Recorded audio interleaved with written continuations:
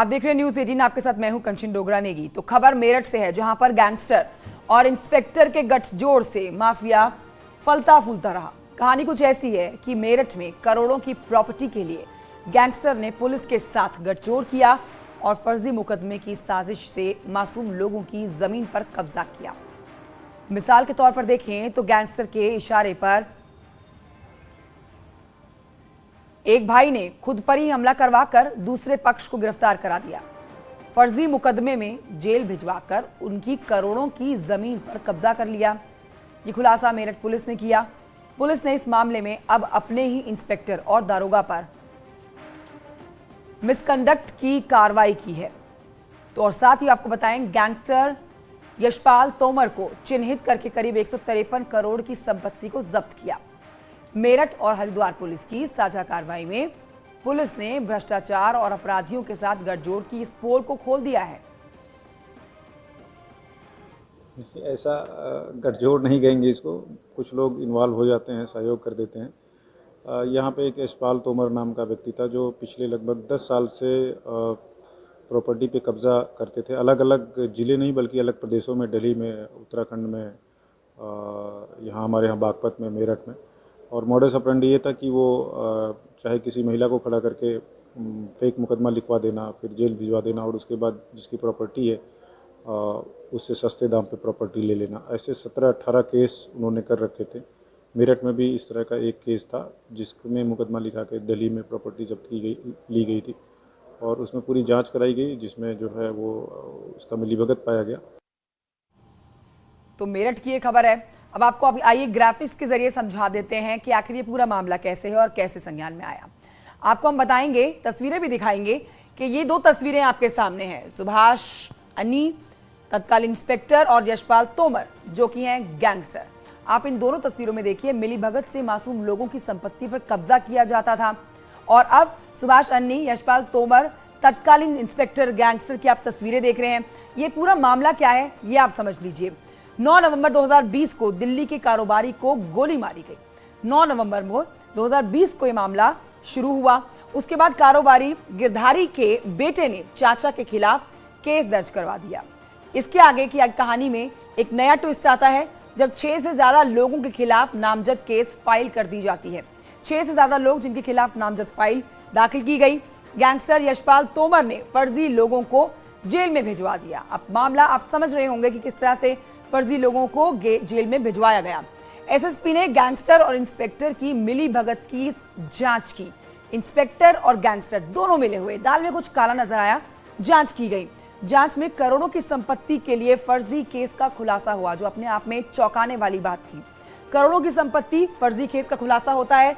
Police ने gangster की करीब 153 करोड़ की संपत्ति को जब्त कर लिया है। ये एक बड़ी कार्रवाई, बड़ा एक्शन पुलिस की तरफ से। आरोपी इंस्पेक्टर के खिलाफ कार्रवाई शुरू कर दी गई है। कार्रवाई शुरू होना लाजमी है क्योंकि गैंगस्टर और इंस्पेक्टर दोनों की मिलीभगत किस तरह से अपने फायदे के लिए, अपने आप को फायदा पहुंचाने के लिए इन लोगों ने ये पूरा खेल खेला। आपको समझाते हैं कि आरोप किस पर क्या लग रहे हैं। तो आप समझिए, गैंगस्टर यशपाल पर जो आरोप है फर्जी केस के जरिए जेल भिजवाने का, इसके ऊपर सबसे बड़ा गैंगस्टर के ऊपर आरोप लगा है। जेल गए लोगों की संपत्ति जब्त करना, यह भी एक अपने आप में बहुत बड़ा आरोप है। इसके अलावा लोगों पर गलत तरीके के हमले करवाना, गलत तरीके से लोगों को फंसवाना, उनके ऊपर हमले करवाना, ये भी आरोप लगे हुए हैं। हनी ट्रैप के जरिए लोगों को फंसाना, तो ये अपने आप में बहुत बड़ी बात कि हनी ट्रैप का भी सहारा लिया जाता था अपने काम को पूरा करने के लिए। अपराधियों के गिरोह का संचालन करना, लीडरशिप क्वालिटी देख सकते हैं आप इस गैंगस्टर की कि अपराधियों के गिरोह का संचालन इस गैंगस्टर के द्वारा किया जाता था। ये पूरा नेटवर्क, ये पूरी कहानी आप समझ रहे हैं ग्राफिक्स के जरिए कि देखिए इंस्पेक्टर और गैंगस्टर की मिली भगत से किस तरह से किस एक बड़े खेल को खेला जा रहा था। आप अब जानिए कि गैंगस्टर का नेटवर्क आखिरकार कहां-कहां है। यूपी के अलग जिलों में गिरोह है। यूपी के कई जिलों में इसके गिरोह हैं अलग-अलग। इसके अलावा पश्चिमी यूपी में फैला हुआ है ये पूरा नेटवर्क इस गैंगस्टर का, जिसको अब पूरी तरह से धराशायी करने की तैयारी जो की गई है उस पर पुलिस आगे बढ़ रही है। उत्तराखंड में यशपाल सक्रिय है, तो देखिए सिर्फ उत्तर प्रदेश में नहीं बल्कि उत्तराखंड में भी इसने अपने पैर पसार रखे हैं। और अपराधियों के गठजोड़ की खबरें आपने खूब सुनी होंगी, लेकिन पश्चिमी उत्तर प्रदेश का एक ऐसा गैंगस्टर भी है जो जमीन कब्जाने के लिए लोगों पर फर्जी मुकदमे दर्ज करा देता है। कभी गैंगरेप, कभी हनी ट्रैप, कभी रेप और कभी जानलेवा हमले के मुकदमे पुलिस से मिलकर दर्ज कराए जाते हैं और उन लोगों को फंसाकर जेल भेज दिया जाता है। और ऐसे में उनकी जमीनें कब्जा कर अरबों रुपए की संपत्ति का मालिक बन गया। लेकिन योगी सरकार 2.0 में अब ऐसे लोगों की खैर नहीं है।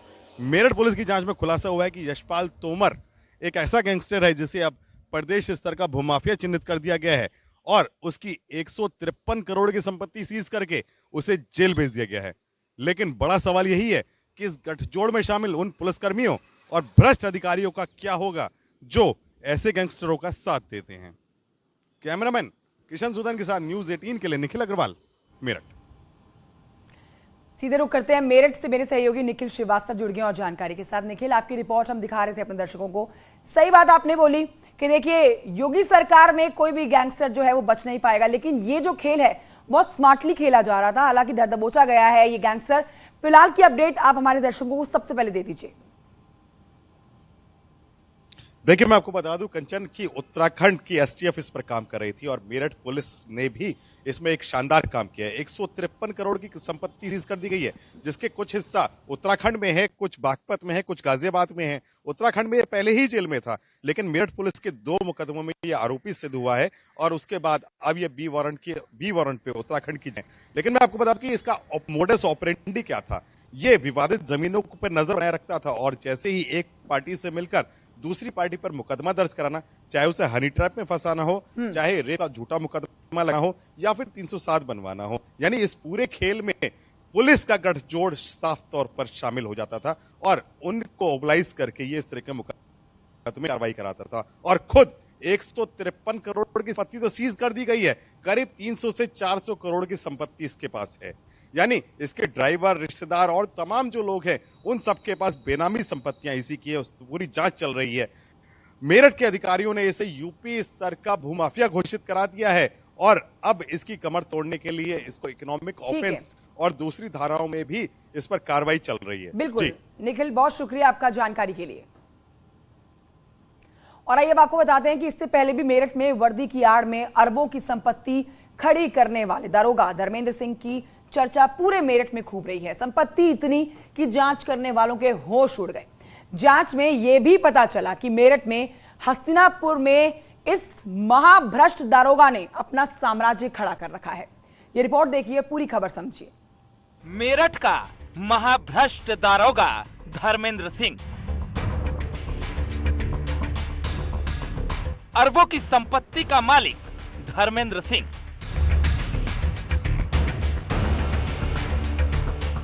वर्दी की आड़ में अरबों का खेल।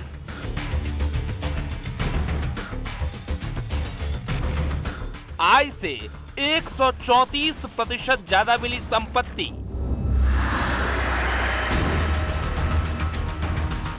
हस्तिनापुर में अरबपति दारोगा का काला साम्राज्य। भ्रष्ट दारोगा की कहानियां तो आपने बहुत सुनी और देखी होंगी, लेकिन मेरठ के महाभ्रष्ट दारोगा धर्मेंद्र सिंह की कहानी सबसे अलग है। वर्दी के जोर पर दारोगा धर्मेंद्र सिंह ने नियम कानूनों को ताक पर रखकर अरबों की संपत्ति बनाई। जैसे जैसे दारोगा के खिलाफ जांच आगे बढ़ी, इतनी संपत्ति मिली कि जांच करने वाले भी हैरान हो गए। जांच में पाया गया कि करोड़पति दारोगा ने अपनी आय की तुलना में 134% अधिक संपत्ति जुटाई है, जिसके बाद अब जांच पूरी हो गई है और दारोगा को दोषी पाए जाने पर उसके खिलाफ मुकदमा दर्ज कर लिया गया है। ये एंटी करप्शन ऑर्गेनाइजेशन ने मेडिकल थाने में एक सब इंस्पेक्टर के खिलाफ एफआईआर दर्ज कराया है जांच के बाद, और इन्वेस्टिगेशन भी उन्हीं के द्वारा की जा रही है। पहले इस जिले में पिछले 1.5 साल पहले यहाँ पे पोस्ट थे, उनका स्थानांतरण हो चुका है, उनके विरुद्ध एक एफआईआर पंजीकृत हुआ है। दरअसल 2020 में मेरठ के थाना हस्तिनापुर में तैनात दारोगा धर्मेंद्र सिंह की भ्रष्टाचारी गतिविधियों के खिलाफ गोपाल काली नाम के एक जनप्रतिनिधि ने खुलासा किया था, जिसमें हस्तिनापुर 1 सेंचुरी की जमीन पर दारोगा के अवैध आलीशान फार्म हाउस का खुलासा हुआ था। इसके अलावा दारोगा के घर पर बिजली विभाग ने भी छापा मारा था, जिसमें चोरी की बिजली से दारोगा का घर रोशन होता हुआ मिला। देखिए ये प्रक्रिया है। जब भी कभी किसी विषय पर जांच मिलती है, चाहे वो किसी भी स्तर से हो, इस प्रकरण में भी डीजी ऑफिस को शिकायत प्राप्त हुई थी, जिसके क्रम में मेरे द्वारा जांच कराई गई। दारोगा की संपत्ति की जांच अब पूरी कर ली गई है, जिसके बाद मेरठ के मेडिकल थाने में मुकदमा दर्ज कर लिया गया है। फिलहाल देखना है कि इस भ्रष्टाचारी दारोगा पर कितनी बड़ी कार्रवाई होती है, जिससे आगे कोई वर्दी की आड़ में भ्रष्टाचार न कर सके। योगी सरकार 2.0 में भ्रष्टाचारी और लापरवाह अधिकारियों की खैर नहीं है, लेकिन जब मामला पुलिस में भ्रष्टाचार से जुड़ा हो तो कार्रवाई और भी ज्यादा सख्त हो जाती है। मेरठ के भ्रष्टाचारी दरोगा धर्मेंद्र सिंह के खिलाफ अब एफआईआर दर्ज हो गई है। 2020 में धर्मेंद्र सिंह हस्तिनापुर के थानेदार थे, जहां अकूत संपत्ति अर्जित करने का मामला सामने आया था। धर्मेंद्र सिंह का हस्तिनापुर वन सेंचुरी की जमीन पर एक आलीशान फार्म हाउस पाया गया, जो जमीन उनकी पत्नी के नाम पर थी, और इसी जमीन पर उसने आलीशान फार्म हाउस अपनी अय्याशियों के लिए बनाया। कैमरामैन किशन सुदन के साथ न्यूज़ 18 के लिए निखिल अग्रवाल, मेरठ। एक छोटे से ब्रेक के लिए यहाँ पर रुकना होगा, जल्द लौट रहे हैं।